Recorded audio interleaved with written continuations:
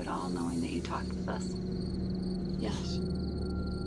What else are you scared of? Yes, if anything looked out of place, And what did you know that meant? that it was true. We didn't do it right away. We waited a couple of days. Voici l'histoire vraie de ce qui arrive lorsqu'un intrus s'immisce au sein d'un clan et le détruit de l'intérieur. Je sais pas, je la sentais pas trop. Mensonge,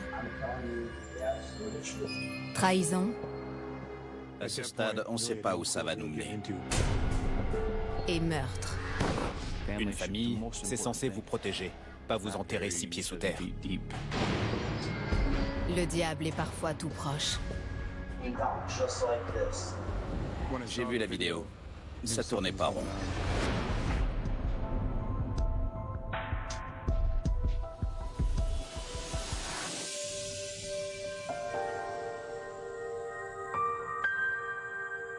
La seule chose pire que d'avoir une famille dysfonctionnelle, c'est peut-être de ne pas en avoir du tout. Du haut de ses 19 ans, Matthew Graville en a conscience mieux que personne. Matthew n'a jamais vraiment eu de vie de famille à proprement parler. Il a enchaîné les familles d'accueil, son père était aux abonnés absents. C'est pas toujours un parcours de santé pour les enfants élevés en famille d'accueil.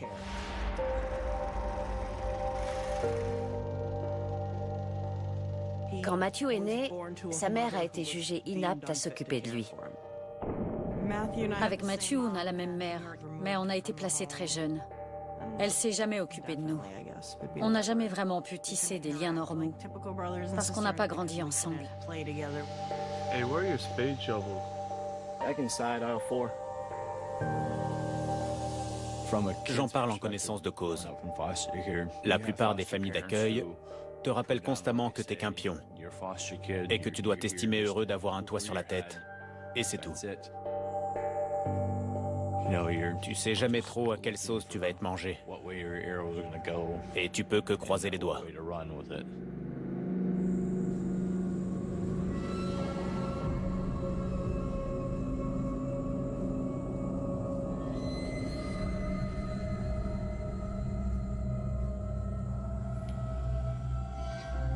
You Matt? Yep, that's me.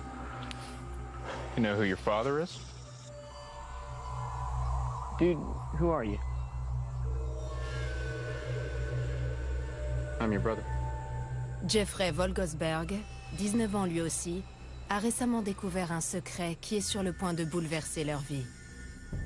Jeffrey sait que Matthew et lui ont le même père.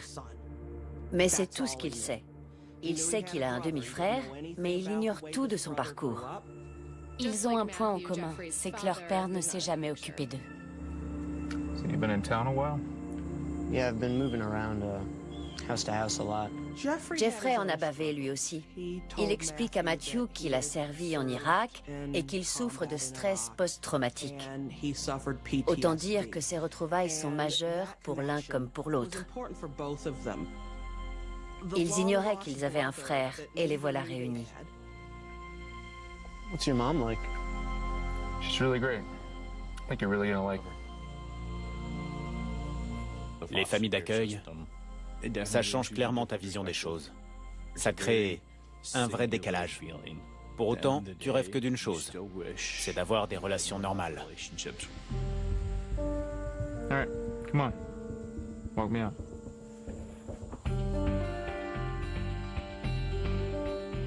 C'est le début d'une nouvelle vie pour Jeffrey et Matthew. Une nouvelle vie inespérée, entre frères.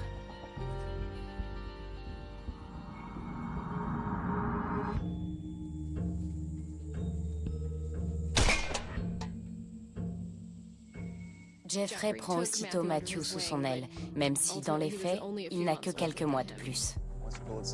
J'étais contente pour Matthew qu'il ait rencontré quelqu'un d'aussi bienveillant. Quelqu'un qui allait pouvoir lui servir de modèle et lui apprendre à devenir un homme. Les liens du sang sont là. Ils n'ont aucune raison de prendre des précautions l'un avec l'autre. Au contraire, allons-y, on est frères, profitons-en, on a déjà assez perdu de temps comme ça.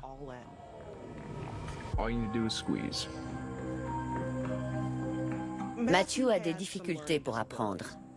Il peine à lire, il peine à suivre en classe, il peine à conduire. Il a du mal avec les choses complexes. Tout ce qui est simple pour les autres est compliqué pour lui. Il a besoin de temps pour assimiler les choses.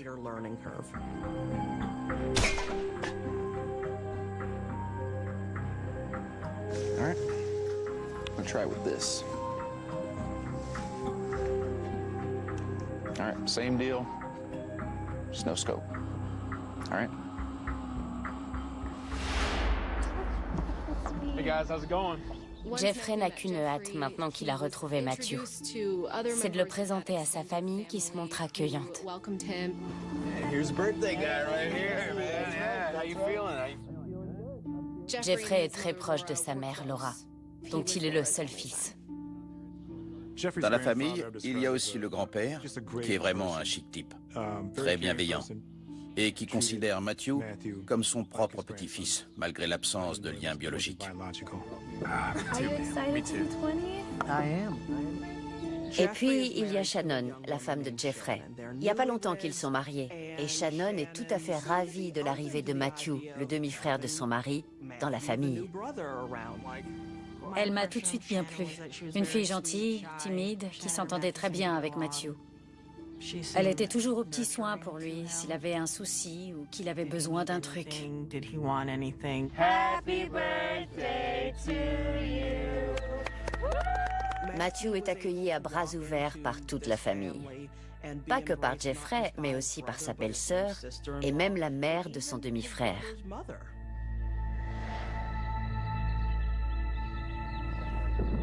Hey guys, how about a photo? All right, why not? Okay. Entre les deux frères, le coup de foudre a été immédiat. Et plus rien ne les arrête.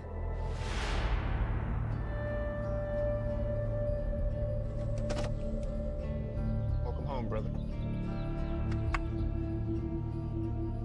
Quelques semaines après leur rencontre, Jeffrey invite Matthew à emménager chez lui. Une invitation un peu étrange, dans la mesure où Jeffrey et Shannon vivent en colocation chez leur ami Robert McCumber. Robert vient d'emménager dans la maison de ses grands-parents et il a besoin qu'on l'aide à payer les factures.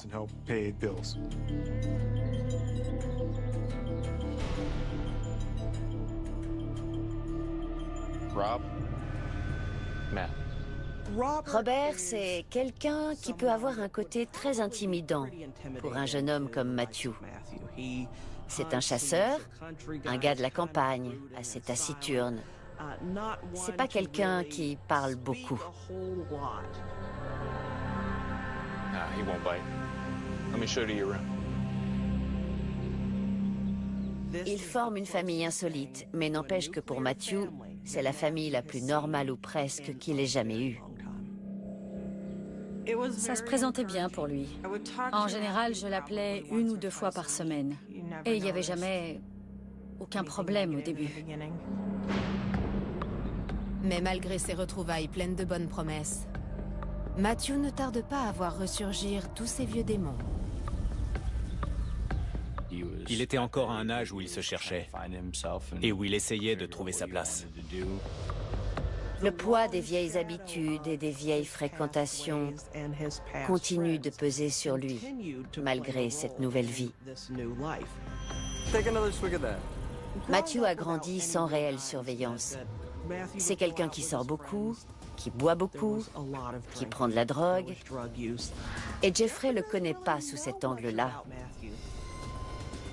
Matthew traînait avec des gens qui n'étaient pas forcément très recommandables.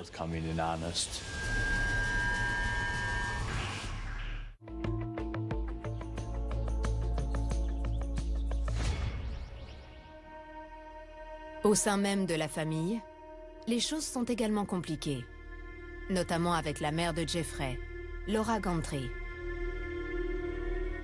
Jeffrey fait la joie et la fierté de Laura. Pour elle, son fils est la 8e merveille du monde. Jeffrey et Laura avaient une relation que je qualifierais d'étrange. Dans le sens notamment où il faisait jamais rien sans consulter sa mère. Matthew aimait bien Laura, ceci dit. Mais je sais pas, moi, je la sentais pas trop. Donc, quand Matthew entre en scène et que Jeffrey commence à s'attacher à lui et qu'il l'invite à vivre sous le même toit, Shannon et Laura sont forcés de constater que Jeffrey est heureux. Et si Jeffrey est heureux, eh bien, continuons de faire tout ce qu'il faut pour qu'il le reste. Et donc voilà que ces deux femmes, qui sont prêtes à tout pour satisfaire les désirs de Jeffrey, se posent maintenant en rivales. Et pas question de laisser l'autre gagner. Does anyone want seconds? Yes, please. These meatballs are so good.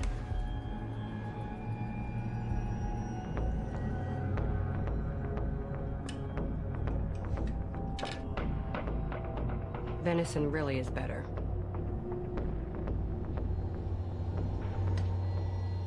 Finalement, au sein de la famille, il y a beaucoup de zones d'ombre qu'on ne voit pas de l'extérieur. Et malgré cette volonté commune d'afficher un front uni, il y a des failles dans l'armure. Les tensions souterraines montent d'un cran quand Matthew sollicite l'aide de ses nouveaux proches pour ses finances. Il touchait une allocation handicapée. C'était sa principale source de revenus.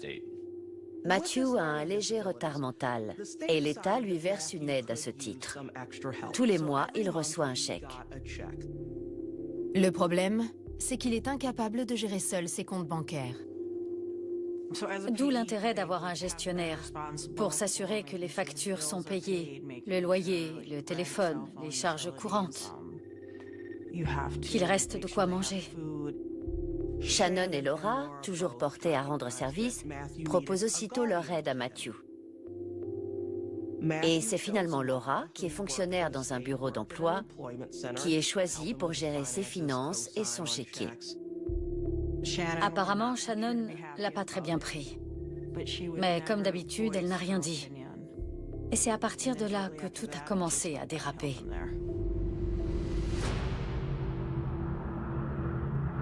Au cours des mois suivants, l'ambiance au sein de la famille change de manière radicale. La première chose dont Jeffrey m'a parlé quand je l'ai rencontré, c'était son expérience dans l'armée, les raisons de son engagement et ses missions. Il raconte qu'il a été déployé à l'étranger et envoyé au combat au sein des forces spéciales. Il a combattu en Irak, il a été partout. On lui a tiré dessus dans un hélico. Il m'explique qu'il se réveille parfois la nuit en hurlant. Qu'il fait des cauchemars depuis l'Irak. Et que le matin, il a du mal à se réveiller et à garder un travail. Il enchaîne les boulots. Il reste jamais très longtemps au même endroit. Ses insomnies répétées et son incapacité à garder un emploi pèsent sur Jeffrey et sa vie de couple. Désespérés, les jeunes mariés prennent une lourde décision. Shannon va s'engager dans l'armée via un bureau de recrutement de Milwaukee. Jeffrey garde un souvenir mitigé de son expérience militaire. Mais Shannon est sûre d'elle et il la soutient. C'est la garantie d'avoir un logement, un revenu fixe.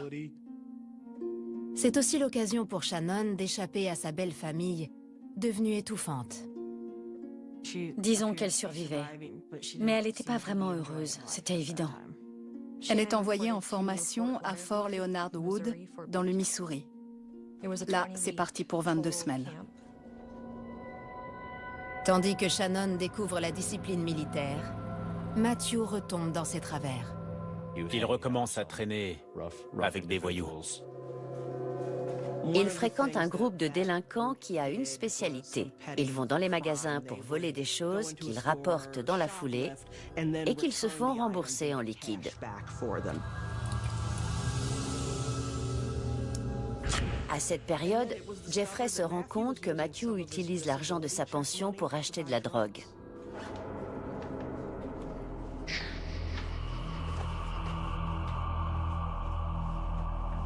Where are you going? Out. Forcément, il se demande ce qu'il lui cache d'autre. Qu'est-ce que ça va être ensuite? Matthew reste marqué par toutes ces années passées en famille d'accueil. C'est juste que jusqu'ici, personne l'avait remarqué. Pour Jeffrey, le moment est venu de recadrer les choses. All right, hold him out. Look at me, straight, like this. You see what I'm doing? Hold him like that. Go.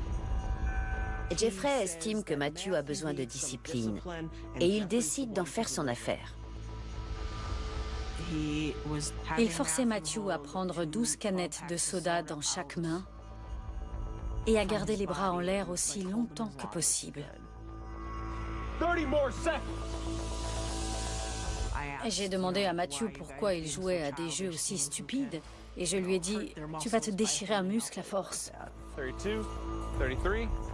Et puis quand Jeffrey m'a expliqué pourquoi il faisait ça, j'ai compris que c'était pas un jeu, mais un exercice d'endurance. Enfin, en tout cas, c'était son argument. Mais il m'a jamais dit pourquoi il pensait que Matthew en avait besoin. Il s'impose comme le chef. Dans sa tête, il est à l'armée. Et Matthew est son soldat. Hold it up. You understand? Go. Il se met à le coacher. Il lui fait faire des abdos, des pompes et tout un tas d'exercices physiques.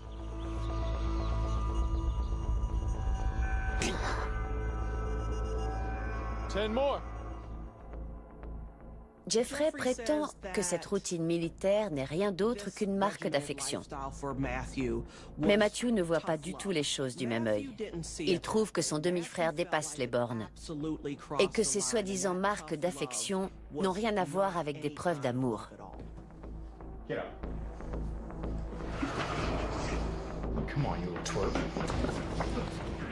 Jeffrey l'oblige à se battre contre lui et ça va parfois très loin. Jeffrey prétend que Matthew l'agressait, mais il reconnaît l'avoir mis KO plusieurs fois.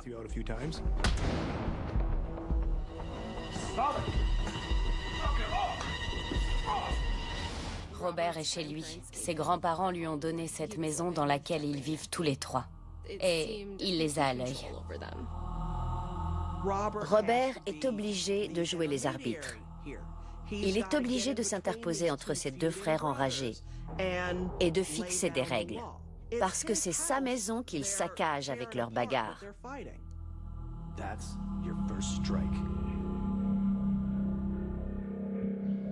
Malgré la présence de Robert, plus les semaines passent, plus la situation continue d'empirer. Jeffrey commence alors à se plaindre de douleurs vraiment inquiétantes. Il est constamment pris de nausées. Parfois, il perd complètement la vue. Et puis, ça revient. Et ça dure comme ça plusieurs jours. Par ailleurs, c'est le seul à la maison qui manifeste tous ces symptômes. Finalement, il réalise que ça lui arrive systématiquement après manger. Et là, il est convaincu qu'on l'empoisonne. Du coup, il décide d'installer une caméra dans la cuisine, en se disant que s'il a vu juste, le coupable finira bien par se trahir. Et comme ça, il sera fixé.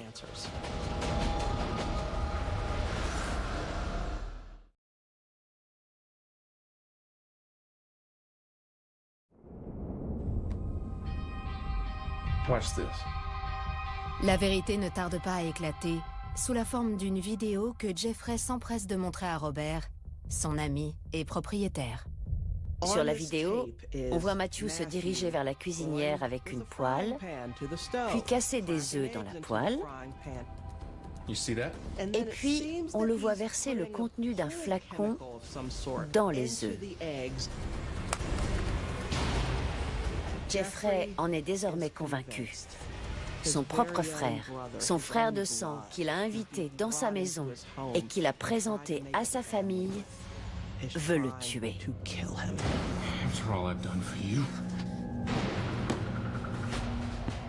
Jeffrey le menace avec un pistolet. Robert craignait depuis le début qu'il le tue.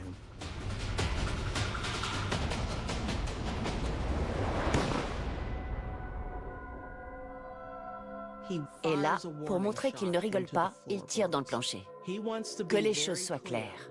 On ne joue pas à ça avec lui. Et une fois de plus, c'est la preuve pour Robert qu'il faut se méfier d'eux, parce qu'ils sont dangereux. Et à ce stade, le problème ne concerne plus uniquement sa maison.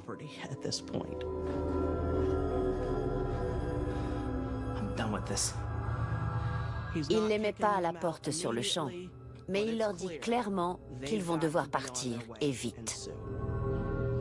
Jeffrey n'est pas vraiment inquiet. Il était prévu qu'il déménage de toute façon, puisque sa femme, Shannon, a terminé sa formation. Une fois formés, tous les soldats sont mutés. D'ici quelques semaines, le couple devra donc quitter le Wisconsin. L'armée, c'est la garantie d'une vie stable, d'un logement et d'un revenu fixe. Je crois que Shannon était très fière d'être allée jusqu'au bout et d'avoir accompli ça toute seule. Matthew, en revanche, n'a nulle part où aller. C'est à ce moment-là, je crois, qu'il a commencé à m'appeler un peu plus souvent. Et il était en colère que ça se soit passé comme ça. Au-delà de ça, il n'avait jamais d'argent. Il n'avait jamais de quoi s'acheter un vêtement, se payer le coiffeur ou... Il payait ses factures et c'est tout.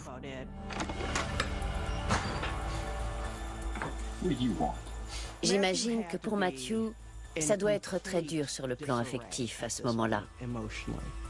Non seulement il n'a plus de maison, mais en plus, son demi-frère est devenu son pire ennemi. Une fois de plus, tous ses repères ont volé en éclats et il va devoir se reconstruire.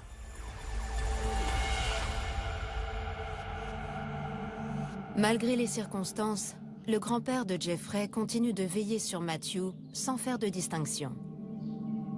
Il est d'ailleurs inquiet, car cela fait plusieurs jours qu'il est sans nouvelles. Le grand-père, bien qu'il n'ait aucun lien biologique avec Matthew, est préoccupé parce que ça fait un petit moment que c'est le silence radio. Et Jeffrey est catégorique. La dernière fois qu'il a vu Matthew, c'était avant la remise des diplômes de Shannon. Il semblerait donc que pendant que toute la famille était partie pour assister à la cérémonie, Matthew soit parti, sans rien dire. On commence alors à effectuer des recherches pour essayer de comprendre ce qui a pu se passer avec Matthew Graville. À ce stade, on est juste sur un cas de disparition. La plupart du temps, ce genre d'affaire est résolu en quelques jours. La police commence à s'inquiéter quand elle consulte les comptes bancaires de Matthew et constate qu'il y a zéro activité depuis plusieurs semaines déjà. Cela fait presque un mois que personne n'a vu Matthew, quand la police décide de rendre visite à son ancien propriétaire, Robert McCumber. Robert a une attitude que je qualifierais de détachée. Il n'a pas l'air vraiment préoccupé. Il nous dit qu'il s'est levé un matin et que Matthew avait disparu.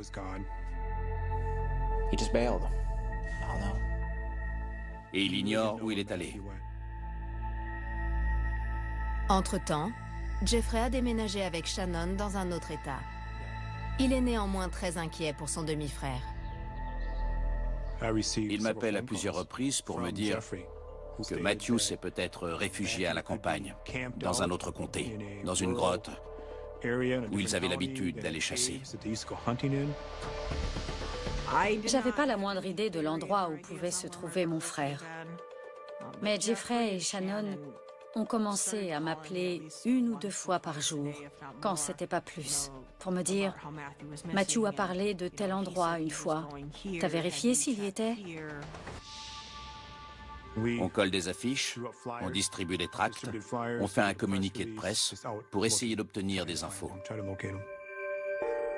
Un homme appelle pour nous dire qu'il a vu Matthew dans une voiture blanche avec une famille. Les enquêteurs n'écartent aucune piste. Je retrouve la voiture en question. J'interroge ses occupants. Ils n'ont jamais vu Matthew de leur vie. C'était pas lui.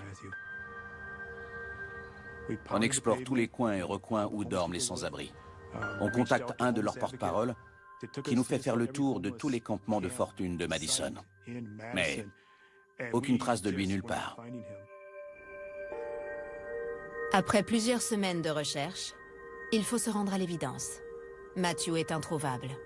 On se dit qu'il a dû se mettre dans une sale histoire et qu'il est piégé. Personnellement, j'avais peur qu'il ait trouvé refuge chez quelqu'un qui l'avait enfermé contre son gré. Cela fait 5 mois que Matthew a officiellement disparu. Et cela fait 5 mois que la police tourne en rond. Quand soudain, à la surprise de tous, il y a du mouvement sur son compte en banque. Sa carte a été utilisée dans un supermarché.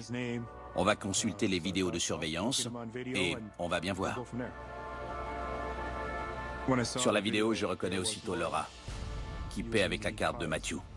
Mais toujours pas de Matthew. Laura Gantry n'est pas seulement la mère de son demi-frère Jeffrey. C'est aussi la gestionnaire de ses comptes bancaires. C'est un gros rebondissement dans notre enquête. On a une nouvelle piste. On a des éléments concrets et Laura va devoir s'expliquer. On la met pas en garde à vue, mais on la convoque au commissariat pour l'interroger. Quand elle découvre la vidéo de surveillance, Laura est forcée de reconnaître son erreur. I know you've made some admissions about some financial crimes and things using Matt's Quest card, but that's not my concern tonight, and there's no charges for you. Okay? Okay. Elle dit qu'elle a fait ça sinon l'argent allait être perdu. Elle a dit en gros, s'il n'utilise pas cet argent, autant que quelqu'un le dépense. You're scared. Because I broke the law. By using the Quest card, you mean? And taking his money. I mean, he owed it to me, but I took it. How much do you think? I took $1,800. Any more than that over the years that he wasn't part of? No. Now we need to find Matt.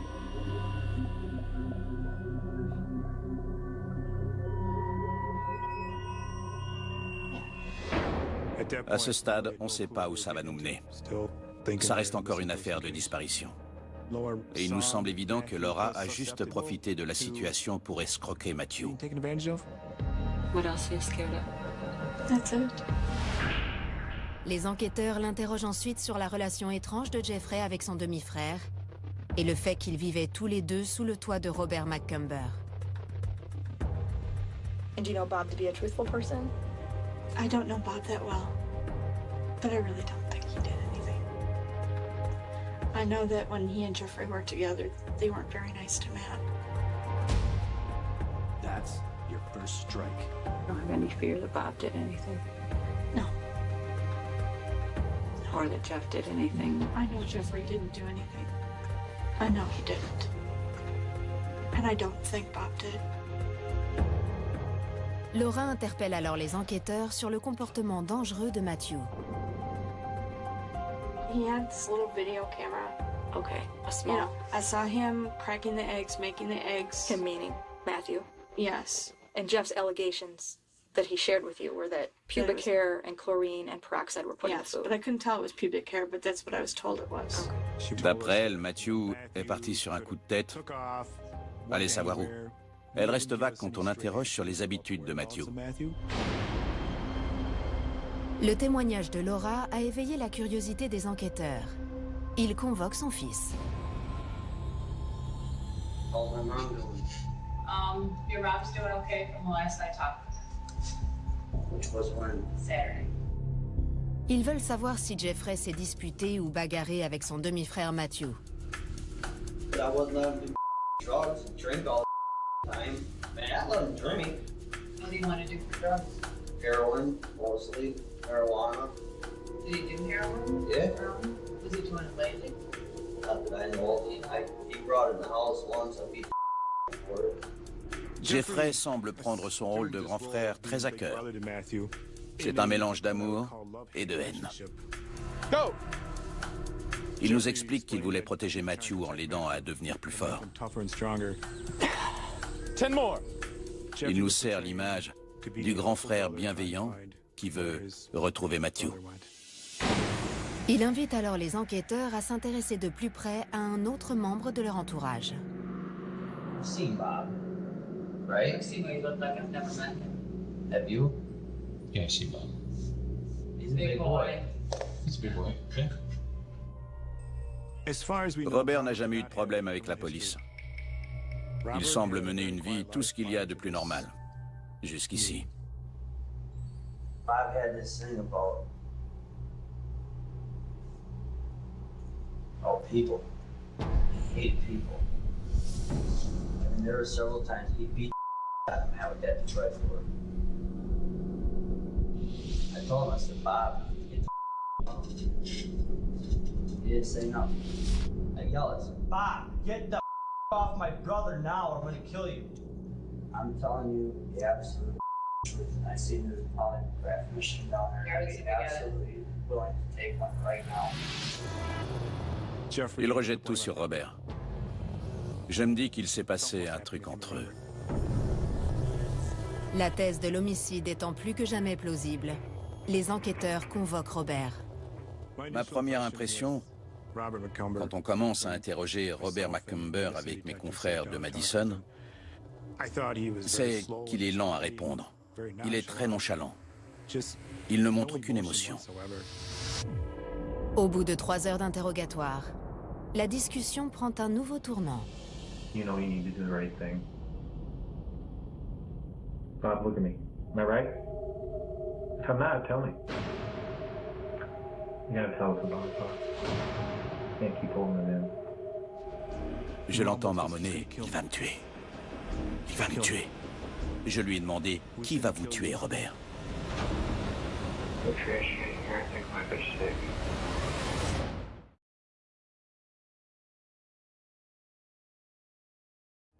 Robert ne veut toujours pas parler. Donc je prends une feuille de papier et un stylo que je place devant lui. Et je lui dis, Robert, montrez-moi sur une carte où se trouve Matthew, qu'on puisse le retrouver et le ramener. Finalement, au bout d'une éternité, il prend le stylo. En voyant la carte, les enquêteurs s'interrogent. Matthew aurait-il été assassiné? Il nous indique un petit bois près de la rivière. Donc on embarque avec nous un enquêteur spécialisé dans les scènes de crime et dans la dissimulation des corps. À l'aide d'une perche, on sonde le sol pour voir s'il y a eu du mouvement. C'est-à-dire qu'on regarde si la terre est solide ou si elle a été remuée et déplacée. En l'occurrence, elle a été remuée à l'endroit désigné. Donc là, tout de suite, on installe un périmètre de sécurité et on évacue. Le corps de Matthew est enfoui à environ 1,80 m. Sous la première couche de terre, il y a essentiellement de la terre glaise. Et donc, vu que le corps de Matthew a été congelé avant d'être déposé là, il est encore assez bien préservé, ce qui va beaucoup nous aider. Ce corps, c'est la meilleure preuve qu'on puisse avoir dans cette affaire. Yesterday, authorities found his body frozen and buried in Sauk County. Well, the shocking details of this story are made even worse as we learn more about 27-year-old Matthew Grayville.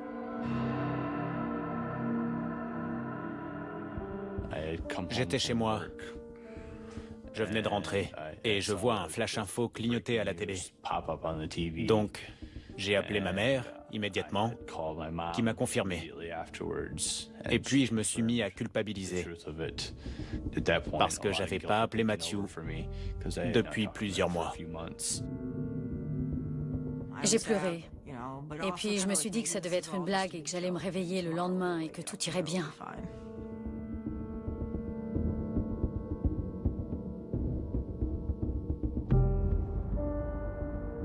En attendant le rapport d'autopsie, les enquêteurs interrogent à nouveau Robert pour tenter de comprendre.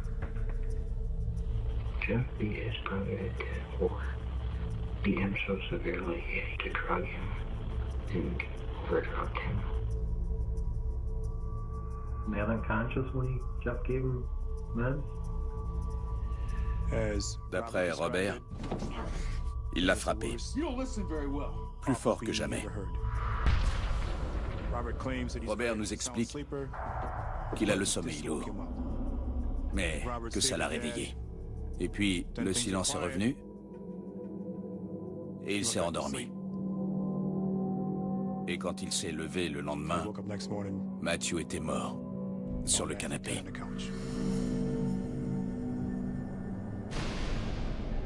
So what'd you do next in the morning? What did Jeff tell you to do?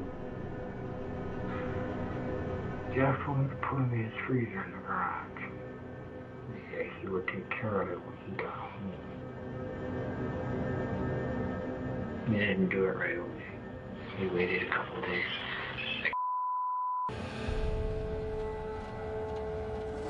Robert révèle alors aux enquêteurs que Jeffrey est un menteur.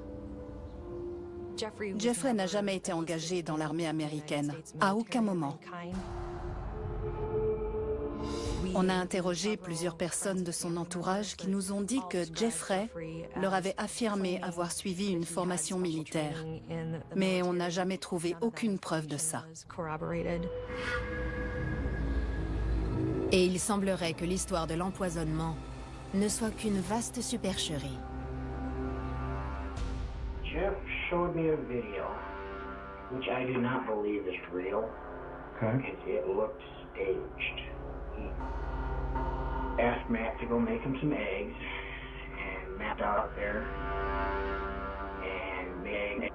And in the movie, Fox walked up to the stove, frying pan, looked at the camera. I don't know if it was real. Les enquêteurs décident alors de réentendre Jeffrey. There's absolutely no chance of me going back home tonight, right? Acculé, Jeffrey revoit une fois de plus sa copie et avoue que ce soir-là, les choses ont tout simplement dérapé. And I'm going to exit the house, let the dogs out, yell for the dogs. He says something. I don't know what it is he said. He was mumbling. I turned around and said, "What?" Yeah, and I walked up to him just like that. I was this close. He took one step back and lost his footing. And he went down just like this. The hinges of the door were right here. It looked like he hit his head right here on the hinge. Il veut à tout prix nous faire croire qu'il n'a pas tué Matthew. So I took him out, laid him on the couch. He was helping me walk. I mean, I wasn't dragging him or nothing. I mean, he was coming to. So I went in the kitchen and I got a glass of water. And I set his pain meds that my mom had given him next to his head on the end table. I left him a note. I said, when you wake up, take 2 of these for your headache, because you're probably going to have one, or something along those lines. I was genuinely worried about him. He'd never hit his head like that before. He just laying there, he was unconscious. Et puis, avant de repartir dans le Missouri, il fait venir sa mère, Laura, qui a été infirmière assistante. Et d'après elle, quand elle arrive, Matthew est vivant. Il est sur le canapé et ça va. Rien à signaler. And you're absolutely 100% sure Matthew was alive when you left for Missouri? Oh yes, I knew. Mais le rapport d'autopsie raconte une toute autre histoire. Matthew a succombé à un traumatisme crânien, plus une hémorragie interne causée par une perforation du poumon ou une fracture costale. Ce n'était pas un accident. Et ses proches ont pris ensemble la décision de tout cacher. I said, you need to call the police. I said, you need to. Okay. And they decided not to. they decided to put him in the freezer and think about what to do. But to your knowledge, when did Jeff first tell Shannon that Matt was dead? When we were at church. When you first got down there? Mm-hmm. And is church during the daylight? Yeah. It was at 10 o'clock, I think. And do you think church is on July 1st or 2nd?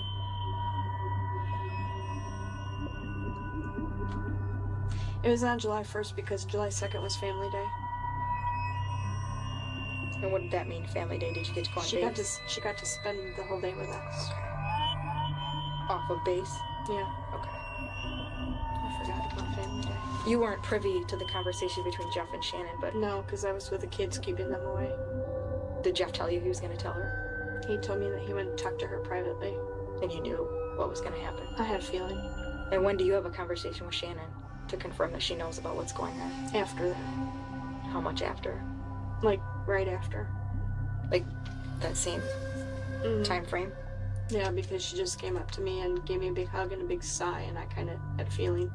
I told her I was sorry. Did she ask you to do anything for her or protect Jeffrey? No. I don't think so. Hi, Shannon. Hey, Shannon. I'm Detective Benish from the Sheriff's Office. Okay. Shannon est très calme, très douce, sereine. Elle n'a pas l'air d'avoir bien conscience de la gravité de la situation. Jeffrey nous a dit qu'elle avait vu l'endroit où le corps était enterré, qu'il l'y avait emmené.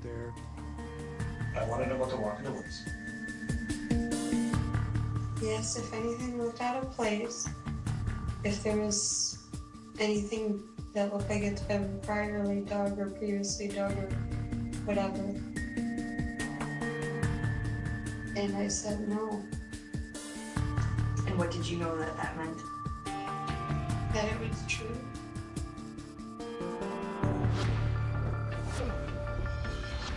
Il s'avère que ce n'était pas la première fois.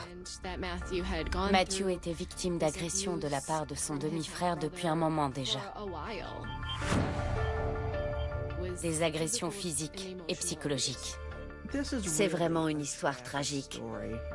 Parce que Matthew, dont le seul rêve était d'avoir enfin une famille qu'il aime, est tombé dans un véritable nid de vipères. Cette famille qui prétendait l'aimer l'a trahi de la pire façon qui soit. Et Matthew n'avait aucun moyen de se défendre contre ça. Laura Gantry a été condamnée à 1 an de prison pour usurpation d'identité. Robert McCumber, 4 ans de prison pour avoir dissimulé un corps. Shannon Wakefield, qui a plaidé coupable d'obstruction à la justice, s'en tire avec une peine de 2 ans en conditionnel. Une famille, c'est sacré. C'est censé vous protéger, ne jamais vous abandonner. C'est pas censé vous enterrer 6 pieds sous terre. C'est tous des monstres. Il n'y en a pas un qui a ouvert sa bouche. Pas un seul. Ils l'ont tous lâché, parce qu'ils en avaient rien à faire de lui. C'est pas humain. Jeffrey Volgosberg a été déclaré coupable de violence ayant entraîné la mort sans intention de la donner. Il a été condamné à 15 ans de réclusion criminelle. Ça me fait vraiment mal au cœur de savoir qu'ils vont être libérés, qu'ils vont pouvoir reprendre une vie normale, en toute tranquillité. Alors que mon frère, il reviendra jamais, c'est fini. C'est fini pour lui.